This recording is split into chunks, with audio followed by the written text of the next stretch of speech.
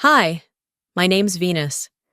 I was told there wasn't enough space for me at our family retreat. Again, no call, no invite, just silence, and a flyer with my sister's name listed as creative director on a logo I designed.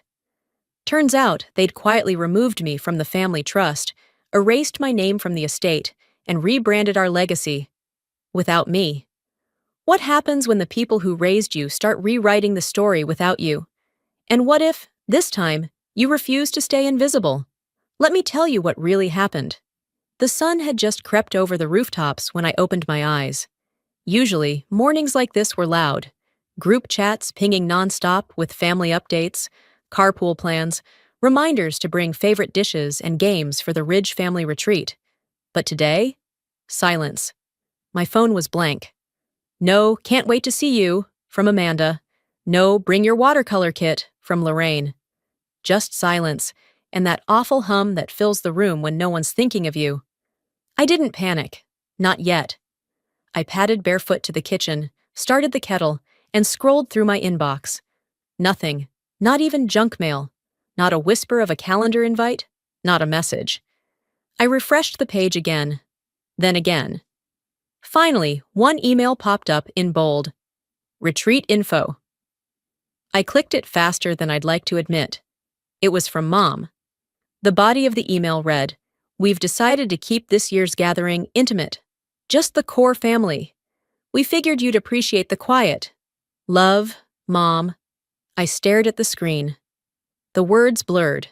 Not because I was crying, but because I couldn't believe how casual she made it sound, like doing me a favor by cutting me out. I didn't hit reply. I didn't throw the mug across the room like I wanted to. I just sat there, kettle shrieking behind me, and let the water burn off on its own. Around noon, a cousin of mine, Tasha, sent me a DM on Instagram. Casual, like she didn't know what was happening. "Hey, your mom told Aunt Sharon you were taking a mental break. Didn't want the noise. Hope you're okay." Excuse me? That's when it hit me. They hadn't just excluded me. They'd rewritten the narrative so they wouldn't look bad. I wasn't the victim. I was unstable. I wasn't left out. I had opted out. Like they were doing me a kindness. That word, mental break, clung to the inside of my ribs like a splinter. I never said anything like that. No one asked me. No one even hinted at an invitation. I closed my phone and walked to the back room of my apartment. My studio. It wasn't fancy, just shelves stacked with paints and markers and 3 half-used sketchbooks, but it was mine. I pulled out one from the bottom shelf, the old one I used back when I was still in school. Flipping through it was like touching another life. There it was, a sketch of the Ridge Lake cabin from the summer I was 17. The porch railing I helped repaint, the rowboat Grandpa taught me to steer. None of it had changed, except me. I remembered one summer, maybe 3 years ago, they told me there was no room for a single adult, that all the cabins were full. The following week, I saw photos online. Aunts, uncles, even second cousins from New Jersey. Someone's college roommate had come, but apparently no room for me.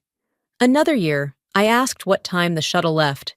They said they must have forgotten to book my flight. Said it like they'd misplaced a dinner fork. Just an oversight. And again, photos went up, smiling faces on the dock, kids running down the hill I used to paint from. There was always an excuse, always a logistical issue that somehow only applied to me. One time over dinner, my father leaned back and laughed, wineglass in hand. He looked right at me and said, "She's too sensitive for the real world. Let her paint." The room roared, even Lorraine. I smiled like it didn't land, but it did. It still does. I didn't cry that night either. I didn't scream, but that was the first time I felt something start to settle inside me, like a line being drawn, quiet and sharp.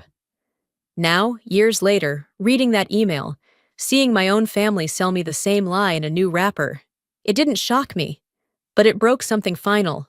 I closed the sketchbook, pushed my chair back, and walked to the hall closet. I pulled out a small duffel, not a suitcase, just enough room for a few clothes, my tablet, charger, and one pair of decent shoes. No makeup bag. No jewelry. Just enough to disappear for a day or two, maybe. Then I opened my laptop and began drafting an email. Not to them, to myself. Subject line: "This ends here. No body text, just those words." I saved it as a draft, then deleted it from my sent folder. I didn't need them to see it. I just needed to mean it. As evening rolled in and the golden light crept across my apartment walls, I stood at the window looking out over the Denver skyline.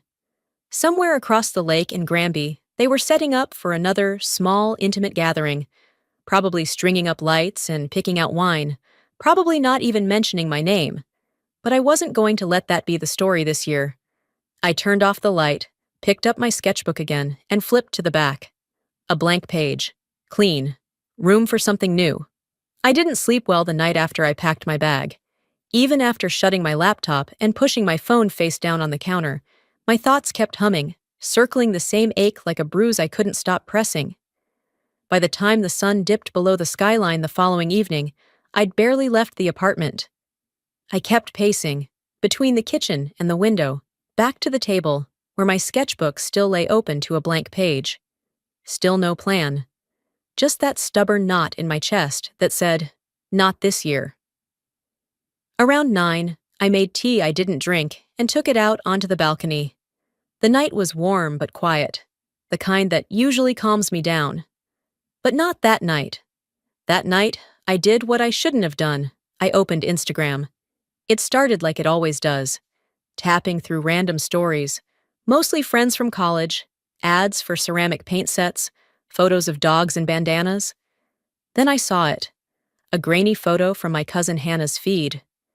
It was a picture of the welcome table at the Ridge family retreat. A laminated sign stood front and center. Annual Ridge family retreat. Confirmed attendees, 97.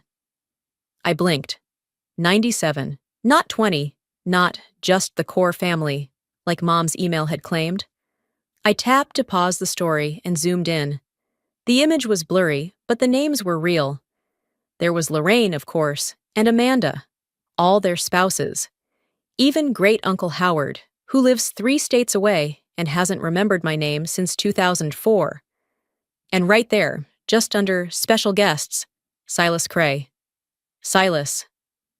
My stomach dropped. The same man my parents had forbidden me to see after college. "He's not Ridge material," Dad had said, whatever that meant. I hadn't spoken to Silas in years, but there he was, smiling in the photo below that post, arms slung casually around Amanda's husband, like they were old fraternity brothers. I stared at the screen until my tea went cold. Then I picked up my phone and, before I could think better of it, typed out a message to Lorraine. Didn't realize we were inviting ghosts now. I didn't expect her to reply, and she didn't. I kept scrolling. The next post was a video, a short clip from the first dinner. Lorraine stood at the head of the long table set up by the lake, glass of wine in hand, her voice perfectly modulated for effect. "To family," she said, raising her glass. "The ones who show up and always make space." They clinked glasses, laughed, cheered. I just sat there, phone in hand, in a silence that felt louder than anything I'd ever heard. It was never about space. It was never about logistics. It was about control, about optics, about curating who belonged and who didn't. The more I thought about it, the more the memories started lining up like dominoes. I remembered the bridal shower I wasn't told about, the Christmas card they posted where I was photoshopped out, cropped for layout, they'd claimed, the baby shower where my RSVP got lost, and Lorraine had smiled and said, "Oh, we figured you were probably busy with whatever it is you do."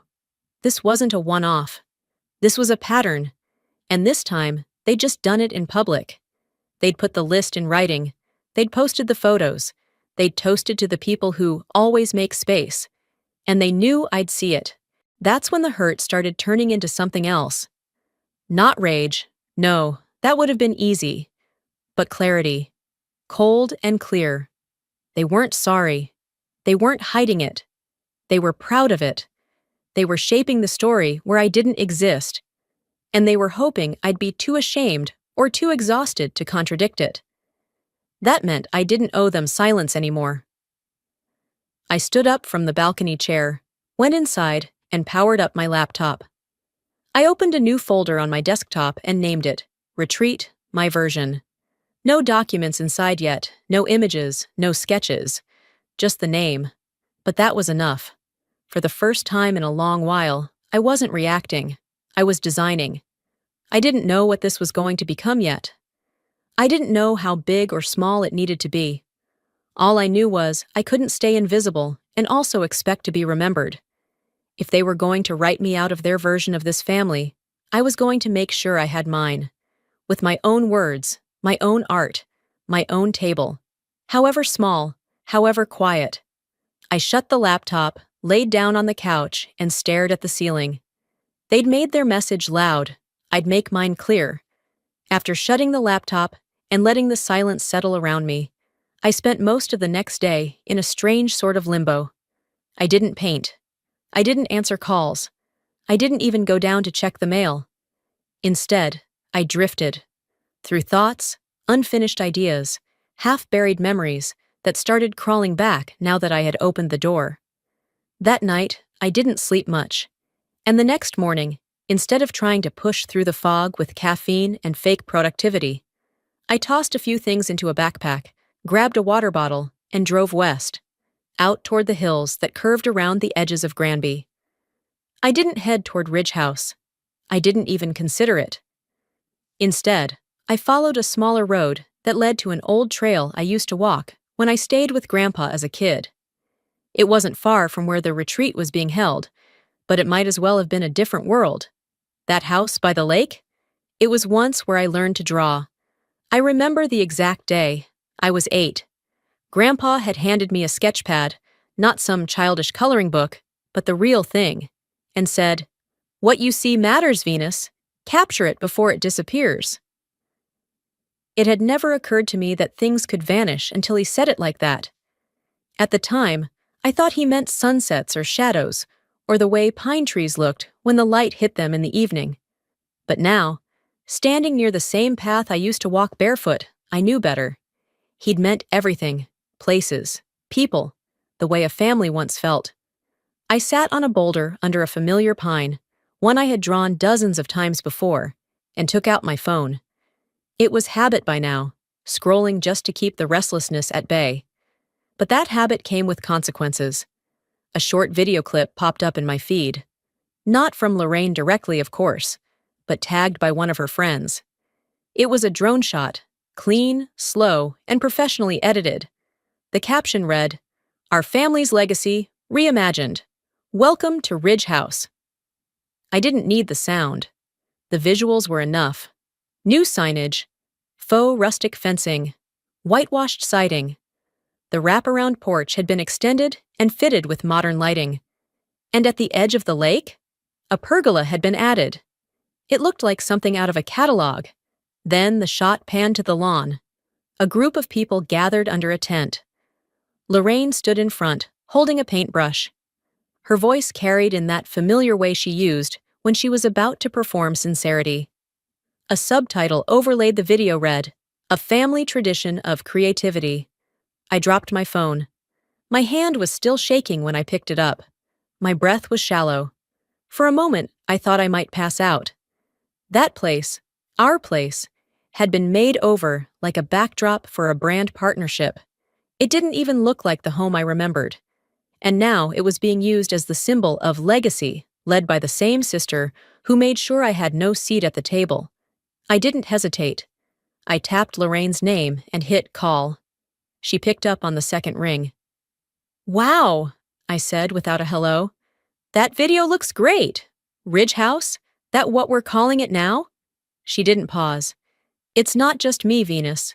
Everyone agreed it needed a refresh." "You mean everyone you let in the door?" A quiet beat. I took a breath. "Why didn't you just tell me you didn't want me there? I'm not stupid, Lorraine." Her tone dropped, flat and polished. "Because that's not how this works. We choose what energy we invite. You're complicated." There it was. Polite cruelty. The kind that makes you question whether you've imagined the knife being twisted. Before I could respond, she hung up. I didn't scream, didn't call her back. I just sat there, thumb resting on the screen, realizing the weight of what had just been said. Complicated. That word was their favorite lately, a tidy label for people who refused to play along, who remembered things others preferred to forget, who didn't smile through humiliation or disappear quietly. By late afternoon, I was still in the same spot, trying to steady myself, when I stood and began to walk. I followed the trail up a slope that ended near the ridge above the lake. There, just barely in view through a line of trees, was Ridge House. From this distance, it looked serene, picturesque, the kind of place tourists would book for authentic lake experiences. But to me, it looked hollow, like a memory that had been edited so heavily it no longer resembled the truth. I found the old pine tree I used to draw from. I sat down at its base, let my fingers rest in the dirt. The view used to be wide open here. Now it was lined with fences. New no trespassing signs were posted. Even the lake, something I once believed belonged to all of us, felt like it had been privatized. I took out my phone again, not to scroll, this time to speak. I opened the voice memo app and hit record. "This place raised me," I said softly, watching the sun start to dip behind the trees. "But I don't live here anymore. And if no one remembers me in their story, I'll make sure I don't forget myself." I didn't know who the message was for yet, but I knew I needed it. As I hiked back to the car, my phone buzzed. An unknown number. I let it go to voicemail, assuming it was spam. But then a text came through. "Check your email. You should know what they've really done." Back in the driver's seat, heart thumping low and slow, I opened my inbox. There it was. No subject. One attachment. A PDF. Legal letterhead. The PDF loaded slowly. My Canyon cell signal was weak, and I hadn't joined Wi-Fi yet. When the page finally opened, my chest tightened. I hadn't expected to see my own handwriting. There it was. A beautifully styled event flyer for the Ridge Retreat, framed with watercolor florals. Beneath it, an itinerary, speaker list, and a color-coordinated menu. And right in the center, my logo. Not something similar. Not a knockoff. Mine. Every detail matched the original design I'd created 5 years ago, a personal branding school project. I'd redesigned the Ridge Retreat identity just for fun, as a tribute to something that used to matter to me. I never published it. I'd only shared it with Lorraine. She'd asked to see it, for reference, to pitch to Dad. Now, there it was, stripped of my name. Under the logo, Creative Director, Lorraine Duval. I sat still, the screen glowing in my face. I let it hit me. Not just stolen, rewritten. I wasn't just omitted, I'd been replaced. I called my mother, not Lorraine. I needed clarity first. She picked up quickly, sweet as always. "Did you know they used my logo for the retreat?" I asked calmly. A pause. Not confusion, just calculation. "Well, that was years ago," she said lightly. "I assumed you'd moved on. Lorraine had it cleaned up professionally." "I made that," I said. "It was mine." She sighed. "Honey, don't make this a scene. You always read conflict where there isn't any." I hung up, not out of anger, but to avoid giving her words she'd twist later. I'd been down that road before.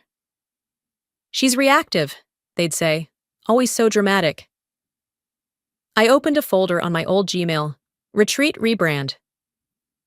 There it was. Every file, sketch, timestamp, and draft. Proof it was mine. I uploaded everything to a private Google Drive titled Legacy Theft, Ridge Retreat 202X. I wasn't planning to go public, yet.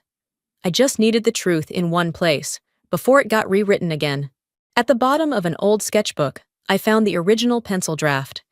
In the margin, I'd written, "Ridge Legacy, not a brand, a promise." I'd believed that once, that families didn't erase each other, that if you made something beautiful, it would be recognized. That legacy meant truth. Then came a new email. No subject. One attachment. A screenshot of an internal memo. The sender. From Wendell Ridge to Legal Ridge Holdings. Subject. Estate consideration. Executorship. I read the text slowly. Given Venus's history with emotional volatility and inconsistent career direction, I believe it's in the family's best interest to finalize Lorraine as sole executor of the Ridge property and brand assets. I'd like this expedited before the next retreat. Emotional volatility. Not inclusion, not conversation, just dismissal. I wasn't just forgotten, I was disqualified, labeled unstable, dangerous to the brand. The irony was sharp. They'd erased me, then blamed me for not being there. I didn't cry, I didn't rage, I just felt cold. Years ago, I might have doubted myself, let their words shake my sense of reality. But not anymore. I wasn't unstable, I was inconvenient. And inconvenient people don't fit into neat family narratives. They get edited out. I walked slowly around my apartment. The walls were bare except for 3 of my framed works. None of them hung perfectly. I'd never used a level. I liked seeing where things tilted on their own. Back at my desk, I searched my legal contacts and found a name. Elizabeth Marrow, a friend's intellectual property attorney. I didn't call her, not yet. I wasn't planning to sue, but I was done pretending it didn't matter. The knock came before sunrise. I was sitting at the kitchen table, laptop still open from the night before, when I heard the soft, almost tentative sound against the door. I hadn't ordered anything, and no one in my life showed up this early without texting first. So I waited a second, hesitant, then got up slowly and peered through the peephole. A courier? Anonymous. No uniform, no company badge. Just a man in a windbreaker holding a padded envelope with my name handwritten on the front. He didn't speak, just nodded once and left. Inside was a folded letter and a black flash drive taped to a piece of cardstock. No signature. Just one sentence typed in plain black font. You'll want to see this before you act. There was no hesitation in me anymore. Not the kind that used to keep me second-guessing. I walked straight to my desk, powered up the laptop again, and inserted the drive. The file launched automatically. A video. Grainy, time-stamped, and unmistakably real. There he was, Grandpa Robert, sitting in his weathered chair on the ridge porch, the old cedar frame creaking beneath him. He was wearing the same tan cardigan he always wore when the air got cooler, the one that smelled like pine and pipe tobacco. The camera was shaky at first, then steadied, as if someone had finally set it down on a nearby railing. His voice was softer than I remembered, but full of that old weight. Some things don't belong in contracts, he said. They belong in memory. And I hope this place, when I'm gone, is held by someone who remembers why we built it. He looked off to the side, and then, gently, as if he were reminding the wind itself, Venus, you'll be the one to carry this. You see it differently. There was a small laugh behind the camera. Mine. The date stamp was clear, 6 months before he passed. I watched it twice, then once more. Not because I needed convincing, but because I wanted to feel it, to absorb the sound of his voice as a form of armor, to remind myself that someone, once, had seen me, had believed in what I saw. By the time the screen dimmed again, the sun had started to rise, brushing across the walls of my apartment. I opened a new folder on my desktop, titled it Proof, Granby 200X. Inside, I dragged the scan of the original will, screenshots of my logo sketches, email chains with Lorraine, my time-stamped Illustrator files, the PDF of Dad's memo to the lawyer. And now, this video. I sent the folder to Elizabeth Marrow, the IP attorney. I didn't include a request, just a subject line. We need to talk. An hour later, she called. Her voice was calm, clipped, and exactly what I needed. The document you received, the will, it's valid, she said. Fully notarized, never legally rescinded. It's still logged in county records, Which means, I still have legal ownership? I asked, even though I already knew the answer.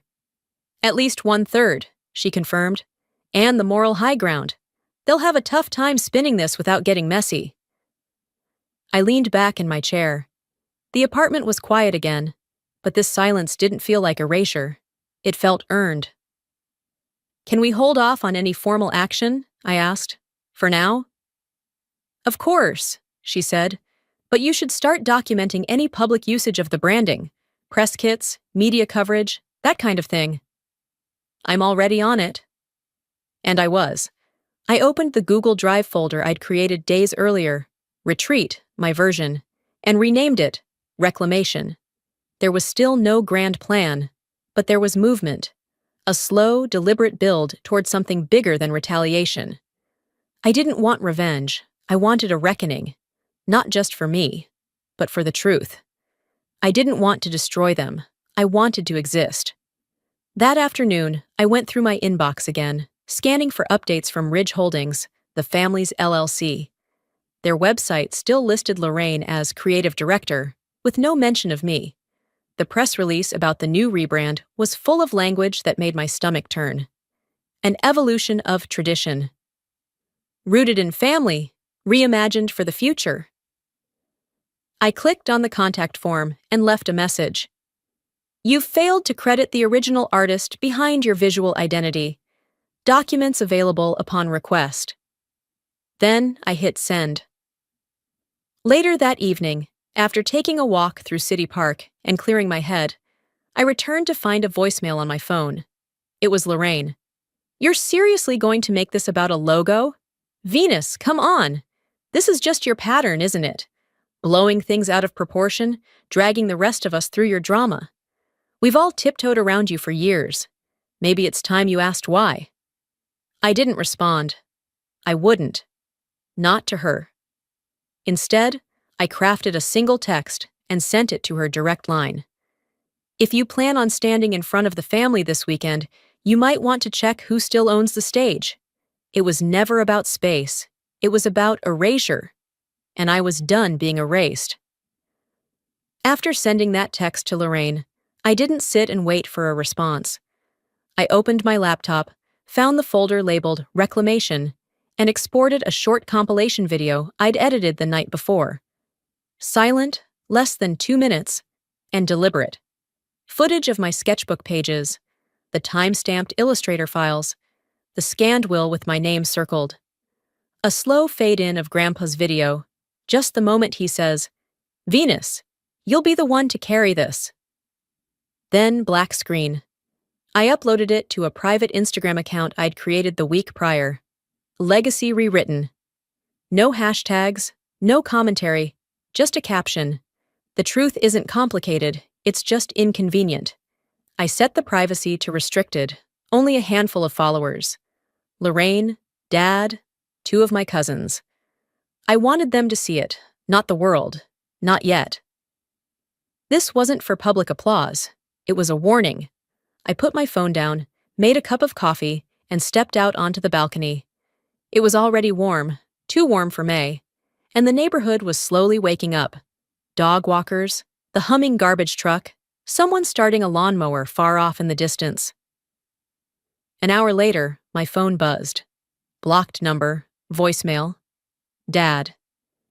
Venus, I saw what you posted. Let me be very clear. You don't understand how any of this works. You're playing with matches near gasoline. You don't want to start a public fight you can't win.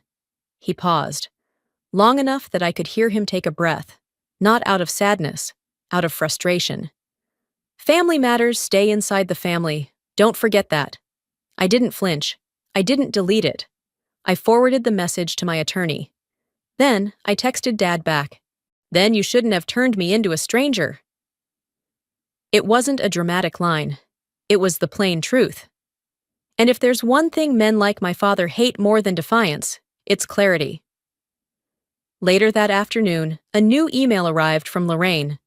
The subject line, clarification. Of course it was. She never called.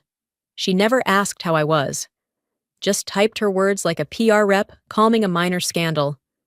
As the creative lead on this year's retreat, I was unaware you felt ownership of the original design. I was under the impression it was a shared legacy contribution. Please let me know if this is a legal matter. I stared at the screen. My hands didn't shake. I didn't hesitate. I replied with no greeting, no closing. Ownership is a fact, not a feeling. I didn't wait for her next move. I set up a face-to-face with Elizabeth, my attorney. I needed a real conversation, not just about paperwork, but about lines, boundaries, what could and couldn't be done, what should and shouldn't be said out loud. We met at her office just outside downtown.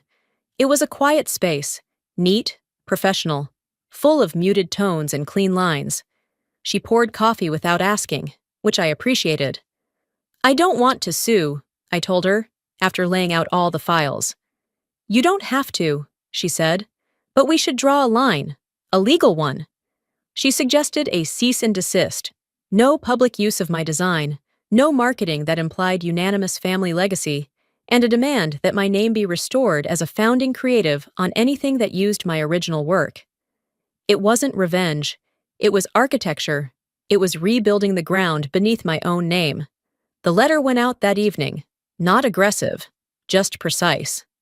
That night, as I was brushing my teeth, I got 3 separate DMs from cousins, people who hadn't messaged me in years. We always knew that was your logo. Thanks for standing up for yourself. Some of us wish we had. Lorraine told the interns to scrub your name from everything this week. I thought you should know. The last one included a screenshot from an internal Slack thread. Lorraine's profile pic next to a message that read, "Make sure Venus's name isn't referenced during the art tour. We're avoiding tension." Avoiding tension. As if my existence was a scheduling issue. I didn't reply to any of them, but I did screenshot it and save it in my folder. Titled it, Intent to Erase. That was Friday evening. By Saturday morning, I was in my car, bags packed. Not heading to Ridge House, but nearby. I'd rented a small Airbnb cabin on the opposite side of the lake. Simple, 2-bedroom, screened porch, a view of the water just far enough that I could see the lights from Ridge House across the way, but not the faces. I didn't blast music on the drive. I didn't call anyone. I let the quiet do what it does when it's earned, not feared. When I pulled up to the cabin, it was just past noon. A handful of cars were already parked along the road, retreat guests. Some were walking toward the ridge dock, towels over shoulders, drinks in hand. As I unloaded my duffel, 2 of them passed by, chatting. Then one of them stopped mid-sentence, nudging the other. "That's Venus, right? I thought she wasn't invited." I smiled, the first one that felt real in a long time. "No one invites a storm," I said, not looking back. "It just arrives." They said my name in a whisper. I answered with volume. That Saturday morning, the streets around Lake Granby were buzzing. People in sandals and wide-brim hats shuffled through the local market, balancing paper bags of apples, jars of honey, and overpriced soaps wrapped in twine. I'd walked that market before, years ago, but this time, I wasn't invisible. I passed a booth selling framed lake photographs when I heard someone say my name. "Venus?" I turned. It was Clara, my cousin's wife. Behind her stood Daniel, one of the new Ridge partners Dad had brought in years ago. Their expressions flickered between recognition and discomfort. "Didn't expect to see you here," Clara said, a tight smile forced onto her face. I didn't flinch. "That makes 2 of us. They didn't ask why I was in town. They didn't invite me to join them." Clara gave a little nod and turned away, already halfway down the path before Daniel caught up with her. As I watched their backs fade into the crowd, I realized something. I no longer needed permission to exist in a place that used to belong to all of us. That afternoon, the retreat's legacy presentation was set to take place. I knew because it had been listed in the online press kit. A glossy, curated agenda of family-centric speeches, art unveilings, and ridge reflections. It was the sort of thing Dad always loved, public affirmation dressed up as sentimentality. I parked near the side road that led up to Ridge House. I didn't wear anything flashy. Jeans, Neutral blouse, hair tied back. Nothing that could be spun as dramatic or hostile. As I approached the back of the crowd, Lorraine's voice echoed through the microphone. She stood confidently on a small wooden platform beneath a white canopy, flanked by two banners. One with the Ridge Tree crest, my tree crest, and another with the slogan, Legacy, Loyalty, Love.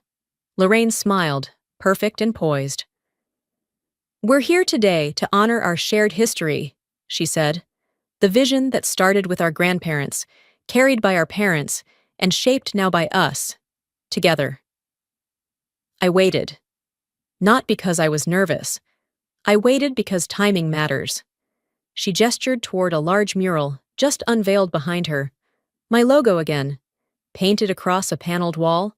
Modified, yes, but unmistakably mine. The same curvature, the same color palette, the same brushstroke weight I'd used when I first sketched it in graphite.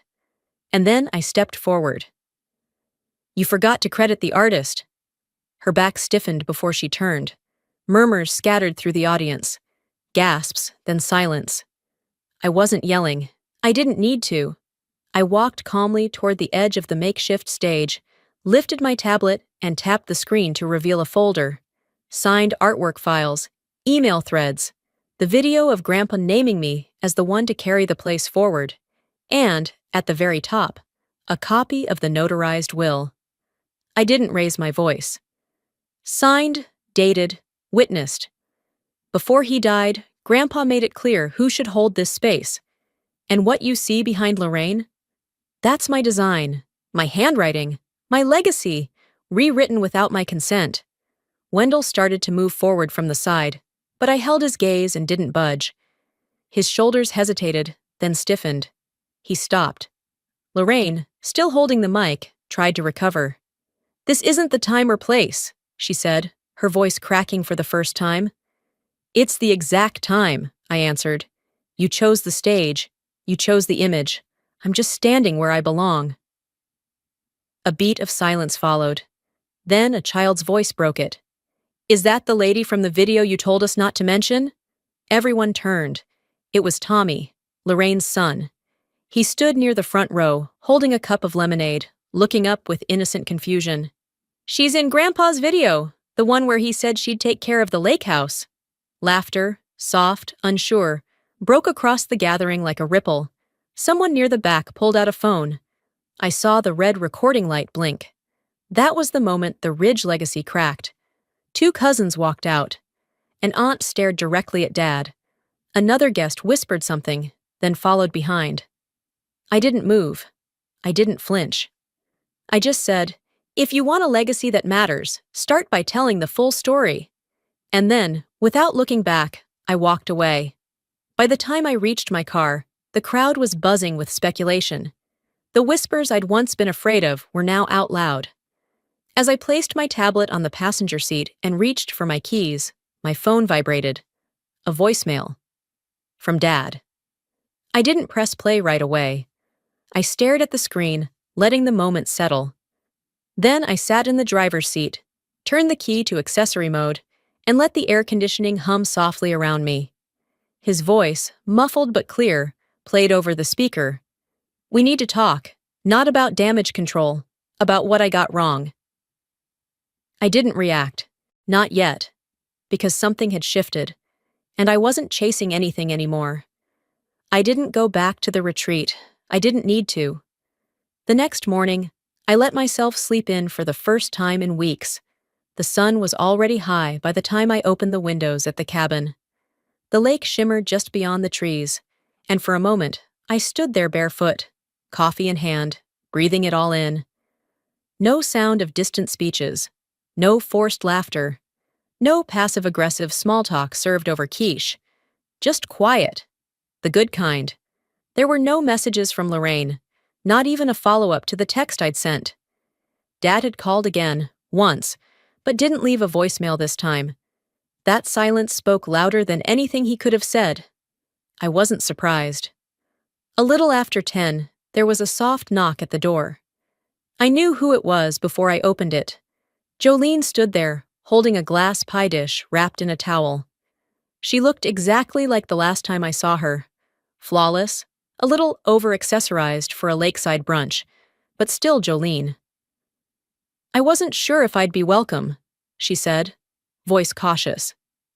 I didn't fake a smile. Didn't say, "Of course." I just opened the door wider and said, "Come in. The people who show up late still showed up. That's more than most." She exhaled like she'd been holding her breath since pulling into the driveway.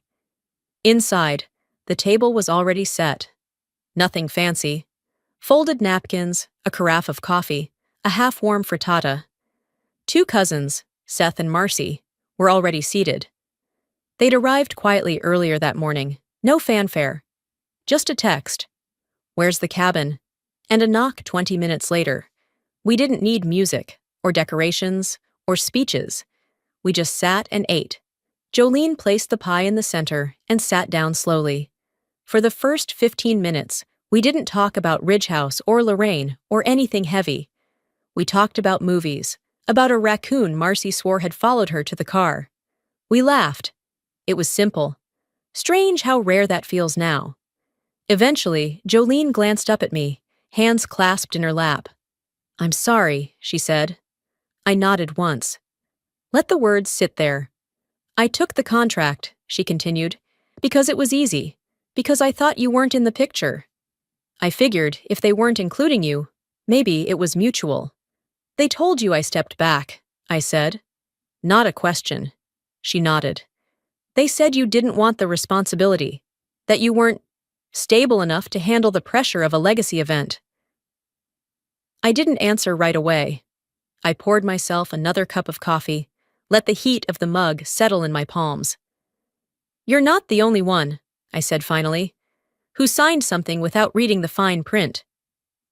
She blinked at that, then gave a small laugh.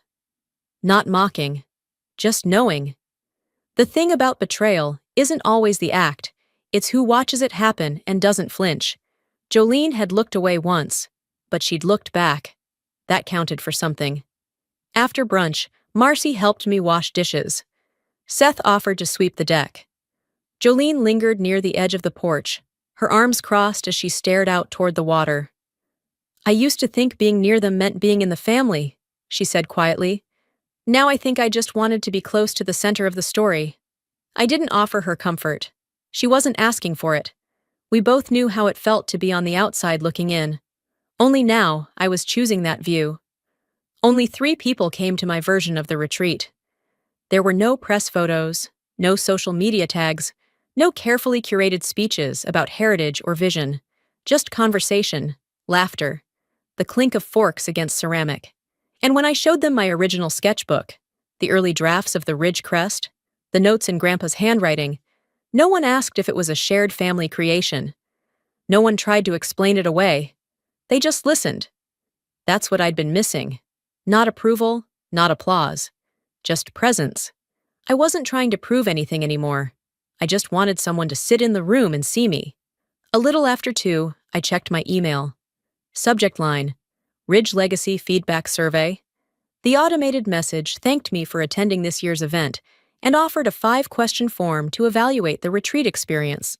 I stared at the email for a solid minute before laughing. Deep, genuine. I deleted it without reading the rest. Later that evening, after the last coffee cups were rinsed and everyone had packed up, I went to my bag and pulled out 2 padded envelopes.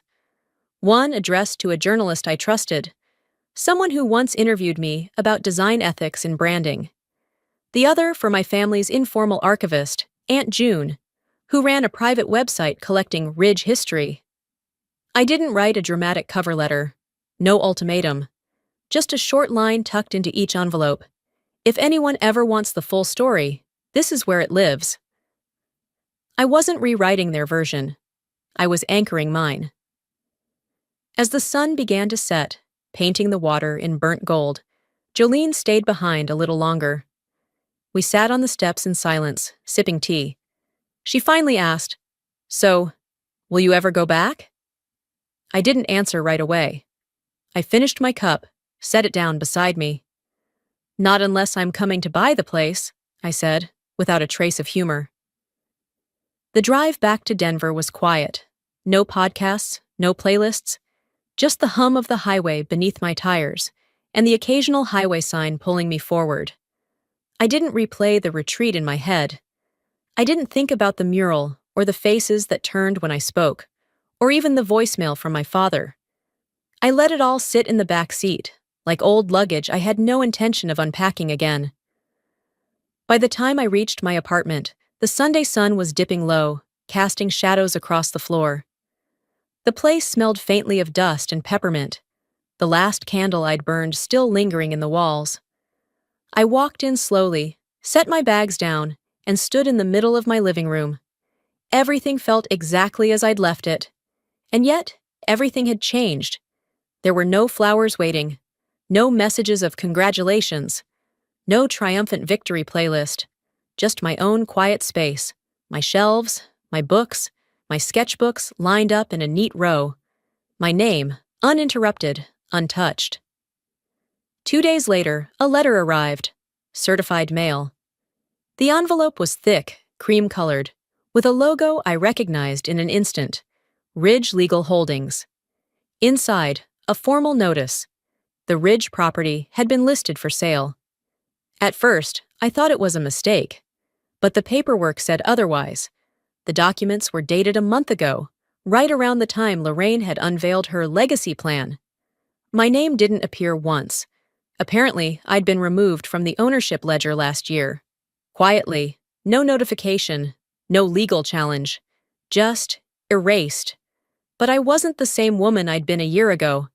I sent a single email to my lawyer, attached everything, again. The video, the will, the paperwork. Within 48 hours, the listing was pulled. I didn't have to threaten. I didn't have to beg.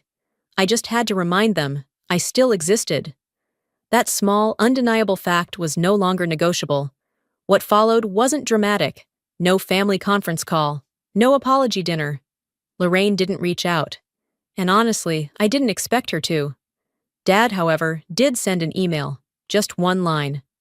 I regret letting fear decide who deserved to belong. There was no greeting, no signature. I didn't reply. I didn't need to. The man who once said I was too emotional to handle pressure had admitted something I never thought he would. I was never the problem. He was just afraid of what it meant to include someone who didn't follow his script. Later that week, one of my younger cousins posted a photo online. It was of us, years ago, sitting on the Ridge dock with sketchbooks in our laps. She'd tagged me for the first time in over 5 years. No caption full of hashtags, just 6 quiet words. The one who remembered the truth. That was the first time I cried.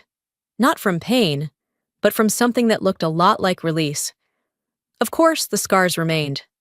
I still flinch when I hear the Ridge name in conversation. I still check the guest list twice before agreeing to any family event. I still can't bring myself to attend Thanksgiving. Not yet. But I've learned that some wounds aren't meant to be forgotten. They're meant to be remembered with care, so they don't reopen. And sometimes, the very thing that hurt you becomes the map for how you'll live going forward. 1 month after the retreat, I gave a talk at a local art school. The invitation came from a professor who'd read an article about legacy and branding. He didn't know the full story, didn't need to. He asked if I'd speak on creative integrity, especially in complicated environments. I stood in front of 30 students, most of them still trying to figure out what kind of artist they wanted to be. I told them about ownership, not just legal, but emotional, the kind that no one else has the right to edit. I didn't name names. I didn't need to. Afterward, a student, young, curly-haired, probably no older than 20, raised her hand and asked gently, "How did you forgive them?" I paused. Then I answered honestly, "I didn't. I just stopped waiting for them to change." That answer sat in the room like something sacred. Nobody clapped. But I saw nods. Quiet, slow. The kind that comes from lived experience. Later that week, I passed a storefront near Union Station. A new tourist shop had opened up, selling branded mugs and t-shirts with Granby Strong printed across the front. One shirt caught my eye. It said, "Legacy is earned, not inherited." I smiled. Not a dramatic smile, not a triumphant grin. Just soft. Real. Because some inheritances don't come in deeds or bank accounts. Some walk beside you until you stop asking for them and start becoming them.